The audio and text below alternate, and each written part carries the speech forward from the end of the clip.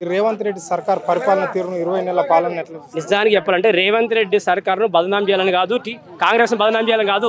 నేను రాజకీయంగా మాడతలేదు, నేను ఒక రైతుగా మాడుతున్నా. నిజానికి సమస్యలు ఉన్నాయి, రైతు సమస్యలు ఫస్ట్ నెరవేర్చండి. మాకు ఇప్పుడు నీళ్లు లేవు, ఉన్న నీళ్లు వాడుకోవడానికి మీరు ఇవ్వట్లేదు. మాకు మంజీరా బెల్ట్ అది. ఇప్పుడు మా ఒక్క దగ్గర ఇంత సమస్య ఉంటే ఇప్పుడు మీటింగ్లో చెప్పినట్టు చాలా ప్రాజెక్టుల కింద నీళ్లు ఎవరికి ఇవ్వట్లేదు. ఇవ్వాలి, ఖచ్చితంగా రైతులకు నీళ్ళు ఇవ్వాలి, బోనస్ ఇవ్వాలి, రుణమాఫీ కూడా ఖచ్చితంగా చేయాలి. రుణమాఫీ చేస్తామని చెప్పారు. అప్పుడు రుణమాఫీ ప్రతి ఒక్క రైతుకు 2 లక్షలు ఇస్తున్నారు. 2 లక్షల పైన కట్టుకోమని చెప్పారు.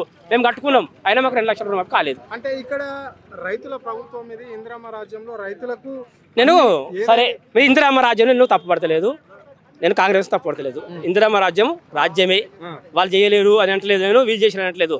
ఇప్పుడు మాకు చెప్పిన హామీలల్లా నువ్వు ముఖ్యమైన నెరవేర్చు. ఇప్పుడు మహిళలకు 2500 ఇస్తున్నావు, ఇవ్వలేదు. అది చిన్న సమస్యలకు వదిలేసారు. గ్యాస్ ఇస్తున్నావు, ఇవ్వలేవు. చిన్న సమస్యలు ఒక రైతులు పెద్ద ఎత్తున మనము 70-80% రైతులము తెలంగాణలో. నువ్వు రైతులకు ఇంత పెద్ద మోసం జరిగితే ఎవరికైనా ఆవేదన ఉంటుంది, కానీ ఎవరికైనా సంతోషం ఉంటుందా? ఉండదు. అందుకే రైతులకు ఇప్పుడు అందరు నిరుత్సాహంగా ఉన్నారు. ఉత్సాహంగా అయితే ఎవ్వరు లేరు. ఖచ్చితంగా రైతులకు చేయాల్సిందే, ఏ ప్రభుత్వం అయినా చేయాల్సిందే.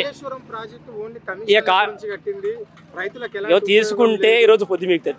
కాళేశ్వరం కాదు, ఇప్పుడు నీకైనా నాకైనా వ్యక్తిగతంగా తెలవాలంటే కాళేశ్వరం అనేది మనకు మహా ప్రాజెక్టు తెలంగాణకు. కాలం ఇప్పుడు పోయింది కాబట్టి 2 నెలలు ఇప్పుడు తెలుస్తుంది కాళేశ్వరం సంగతి. నువ్వు కాళేశ్వరం స్టార్ట్ చేయు, నీకు ఎన్ని ప్రాజెక్టులు దాని కింద ఎన్ని నింపుతావు, ఎంతమంది రైతులకు, లక్షల ఎకరాలకు నీకు ఈ రోజు నీళ్ళు వచ్చే ఆస్కారం ఉంది. దాన్ని చేయట్లేదు, చేయండి. రాజకీయం తీసుకోకండి కాళేశ్వరం మీద.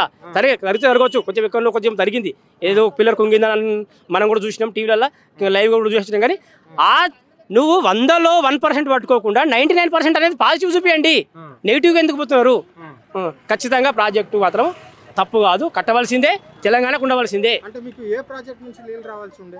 మాకు వాస్తవానికి మంజీరా బెల్ట్ రావాలి. ఇప్పుడు హల్దీవాగు కూడా మాకు నీళ్ళు ఇవ్వాలి. హల్దీవాగు ఖచ్చితంగా కాళేశ్వరం నీళ్ళే. ఎట్లా తిరిగి ఎన్నిట్లో ఎక్కడి నుంచి వచ్చినా మళ్ళీ లాస్ట్కి వచ్చేది కాళేశ్వరం నీళ్ళే. అంటే ఇక్కడ రైతులు ఓన్లీ రైతు బోనస్ పైసలు మాత్రమే అడుగుతున్నారు, రైతు భరోసా అడుగుతలేరు అని చెప్పేసి కానీ వాస్తవానికి సరే వాస్తవానికి ఎవరన్నాను కానీ రైతు భరోసా అనేది మనకు అప్పుడు 5,000 10,000 గత ప్రభుత్వం ఇస్తే, బీఆర్ఎస్ ఇస్తే, వీళ్ళు ఏం చెప్పి మనకు 7,500 వేల కాడికంటే ఒక ఎకరాకు 15,000 ఇస్తామన్నారు. 2 పంటలకు కలిపి. నేను 2 పంటలకు చెప్తున్నా, 1 ఇయర్కు. సరే ఫస్ట్ సారి ఇవ్వలే, తాత్కాలికంగా కొంతవరకు ఇచ్చారు. ఫస్ట్ టర్మ్లా మొత్తం ఇవ్వకుండా సెకండ్ టర్మ్లా ఒక 5 ఎకరాల వరకు లిమిట్ పెట్టి ఇచ్చారు. ఇప్పుడు మొన్న మాత్రం స్థానిక ఎన్నికలు దృష్టిలో పెట్టుకొని ఈ రైతు భరోసా అనేది ఇచ్చిందని నేను అనుకుంటున్నా. అంటే ఇప్పుడు మరి ప్రభుత్వము ఇప్పుడు 6 గ్యారంటీలు అన్నది కదనే, 6 గ్యారంటీలలో ఏదేది మరి ప్రజలకు అందుతుంది గ్రామాలలో? ఇప్పుడు అత్తకు 4,000, కోడలకు 2,000 ఇస్తేమన్నా కాలేదు. సరే ఇక తప్పు ఒప్పన్న సంగతి వాళ్ళ. ఇప్పుడు రేవంత్ రెడ్డి ఏం తక్కువ కాదు, అందులో ఉత్తమ్ కుమార్ రెడ్డి తక్కువ కాదు, రాజనరసింహ ఏం తక్కువ కాదు, బట్టి విక్రమార్క ఏం తక్కువ కాదు, మరి శ్రీధరబాబు ఏం తక్కువ కాదు. సరే ఎమ్మెల్యేలు కూడా ఏం తక్కువ కాదు. ఇప్పుడు ఎవరు నాలెడ్జ్ వాళ్ళకి 25 ఇయర్స్లో ఇప్పుడు ఈయన మన దగ్గరకు వచ్చిన ఆయన మైనంపల్లి హనుమంతరావు కొడుకు మన రోహిత్, ఆయన ఏం తక్కువ కాదు, ఆయనకు నాలెడ్జ్ ఆయనకు ఉంది. కానీ మనము పాటించే కాడికి వస్తే ఖచ్చితంగా పాటించాల్సిందే. 6 గ్యారంటీలల్లా అసంపూర్తిగా ఉన్నాయి, కాలేవు. అది మనకు అందరికి తెలుసు. 4,000 అన్నది ఇవ్వలేరు, 2,000 ఇస్తారు, అవి పాతవి. సరే ఆడికి ఒప్పుకుందాం. 2,500 ఇంట్లో ఇవ్వలే, ఏ మహాలక్ష్మి పథకం కింద ఇంకా రిలీజ్ కాలేదు. గ్యాస్ స్టార్టింగ్లో అరకొర పడ్డది, అది కూడా బంద్ అయిపోయింది. మరి ఎట్లా చూడొచ్చు ప్రభుత్వం తీరు? ఇప్పటికీ 20 నెలలు అయింది. 20 నెలల నుంచి మేము చేసిన అభివృద్ధికే మాకు స్థానిక సంస్థలలో ఎన్నికల్లో ప్రజలు ఓట్లు వేస్తారు అని చెప్పేసి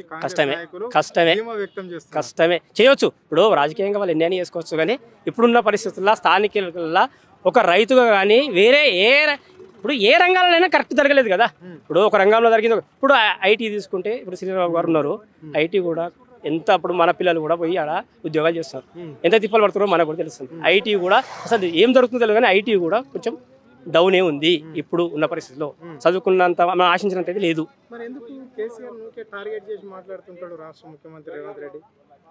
ఇక మనం అంతా పెద్దగా తీసుకుంటే కష్టమే. ఇప్పుడు రేవంత్ రెడ్డి కూడా ఒకప్పుడు ఎక్కడున్నాడు, ఏం చేసిండు, ఏడికి వచ్చిండు, ఏండ్లకు వచ్చిండు మేమైతే చూసినాం. ఆయన అది విడిచిపెట్టు, కేసు విడిచిపెట్టు, ఆయన ఫస్ట్ టీడీపీ, అప్పుడు కాంగ్రెస్ ఎంత తిట్టిండు, అన్ని మనం చూసినాం. సరే నువ్వు కాంగ్రెస్లోకి వచ్చినాక అభివృద్ధి అయ్యు, తిట్టడం కాదు, నువ్వు తిట్టుకో. ఇప్పుడు వ్యక్తిగతంగా మీరు దూషణ చేసుకోండి, ఏమైనా చేసుకోండి, మా కాడకేసరికి అభివృద్ధి చూపించండి. సరే మాకున్న సమస్యలు మీరు తీర్చండి. ఇప్పుడు బోనస్ అనేది పెద్ద సమస్య, రాష్ట్ర సమస్య. వాటర్ అనేది రాష్ట్ర సమస్య.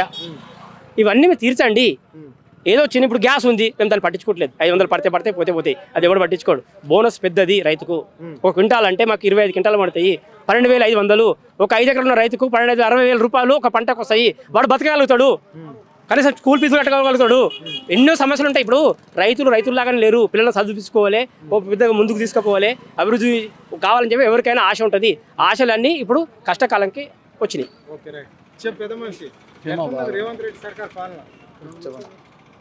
ఈ రేవంత్ రెడ్డి పాలనకు కేసీఆర్ పాలన చాలా పరకం. రైతు భరోసాలే కానీ, కళ్యాణ లక్ష్మి కానీ, షాదీ బంబారాలు కానీ అన్నిలో వెనుకబడే ఉంది. ముందు ఇలా ఈ యూరియా కొరత బాగుంది. పంటలకు నీళ్లు ఇబ్బంది. అంటే పత్తి గింజను ఇక్కడ ఉంటాము అని చెప్పేసి ముఖ్యమంత్రి అన్నాడు కదా. ఎక్కడ కొంటానండి? ఎక్కడ కొంటాను? నేను కూడా ఒక మా ఊళ్ళో సంఘంలో డైరెక్టర్ ఉంది. ఎక్కడ కొంటున్నాను? ఉంటాను లేదు. అక్కడ లారీలు లేవు, లారీలు పెట్టట్లేదు, వడ్లన్నీ ముక్కిపోతున్నాయి. ఎన్ని రోజులు అంటాడండి? ఒక ఇళ్ళకు పోసుకొని ఎన్ని రోజులు అంటాడు? ఒక నెల రోజుల పరిస్థితి ఏంది? అని వచ్చే పైసలు ఎప్పుడు పడతాయి? ఆ పైసలు పడాయి, బోనసులు లేవు, ఏవి లేవు. మళ్ళీ నాట్లేదామంటే నిండి లేవు. మంచిగా ఉంటే మొన్న వర్షం నిండింది, ఇప్పుడు ఎండిపోతుంది. మళ్ళీ ఇప్పుడు నాట్లేసినాక పరిస్థితి ఏంటండి? వర్షం పడకపోతే ఎండిపోయే పరిస్థితి. ఇప్పుడు ఏ గ్యారెంటీ ఉందంటే బస్సు కూడా ఫ్రీ ఉందండి. బస్సు ఫ్రీ, అదే అయినా మైలు కొట్టుకోవడానికే తప్ప అంతకు ఏమీ లేదు. అది